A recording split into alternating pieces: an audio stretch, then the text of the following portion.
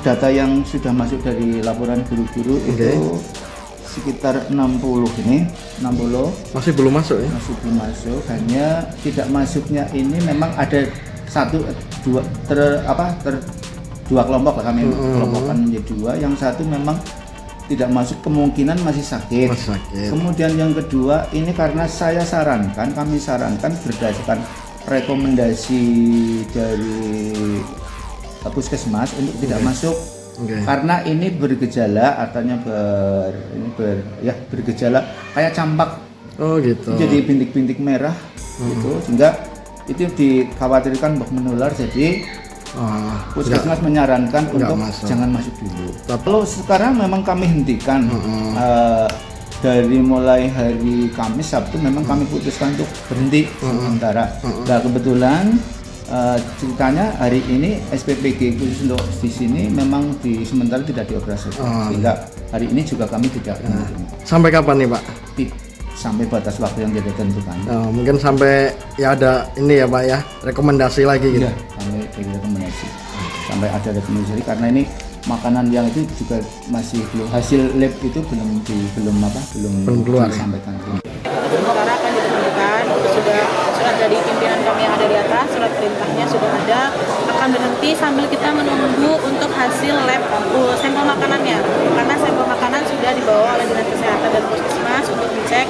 Kami sambil menunggu hal itu hasilnya keluar, maka setelah itu akan kami sambil evaluasi dari internalnya, apakah mungkin ada masalah di internalnya, atau kita juga koordinasi dengan sekolah, kita juga terus memantau setiap hari untuk korban yang terdampak. Mbak, yang Banyumas juga infonya ada penutupan dapur juga ya Mbak? Betul, di Desa Sudagaran. Jadi di Sudagaran juga kemarin laporan per hari Sabtu yang saya terima itu ada sekitar 12 atau 14 yang ada insiden dugaan KLB juga. Maka dari itu kita langsung cepat-cepat kita meminta surat agar segera berhenti dulu sampai ada evaluasi, dan kita mendapatkan update untuk 14 anak itu, 12 anak itu. Setiap harinya jam 7, jam 3 kita harus melapor. Jadi kepala SPPG-nya harus datang sampai ke mungkin rumah sakit atau puskesmas tempat dia dirawat.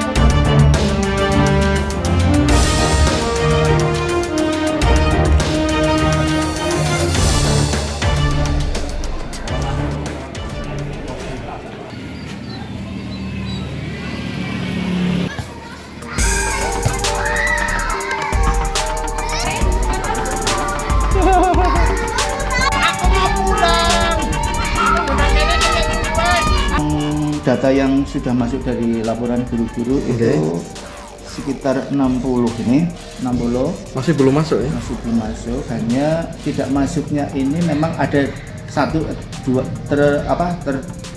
kelompok lah, kami kelompokkan menjadi dua. Yang satu memang tidak masuk, kemungkinan masih sakit. Kemudian yang kedua ini karena kami sarankan berdasarkan rekomendasi dari puskesmas untuk tidak masuk. Karena ini bergejala, artinya bergejala kayak campak.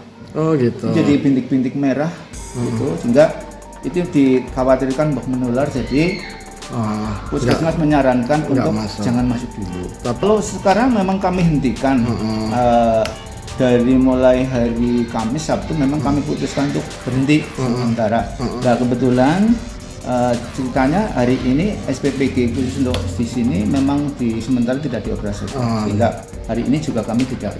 Sampai kapan nih Pak? Sampai batas waktu yang kita tentukan.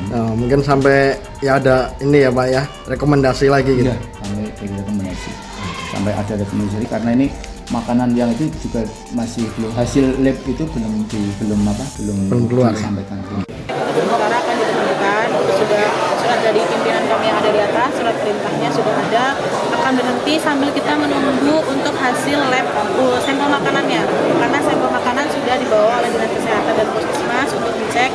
Kami sambil menunggu hal itu, hasilnya keluar, maka setelah itu akan kami sambil evaluasi dari internalnya, apakah mungkin ada masalah di internalnya, atau kita juga koordinasi dengan sekolah. Kita juga terus memantau setiap hari untuk korban yang terdampak.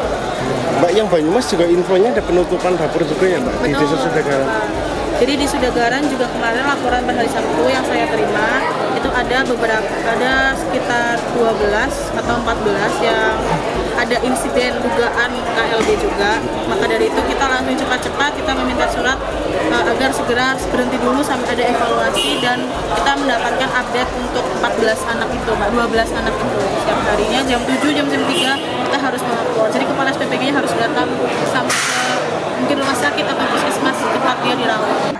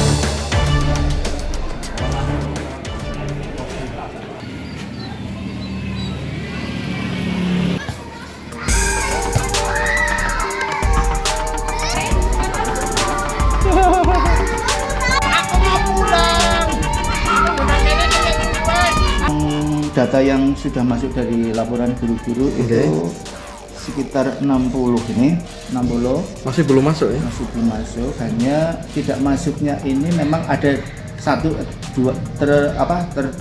dua kelompok lah, kami kelompokkan menjadi dua. Yang satu memang tidak masuk, kemungkinan masih sakit.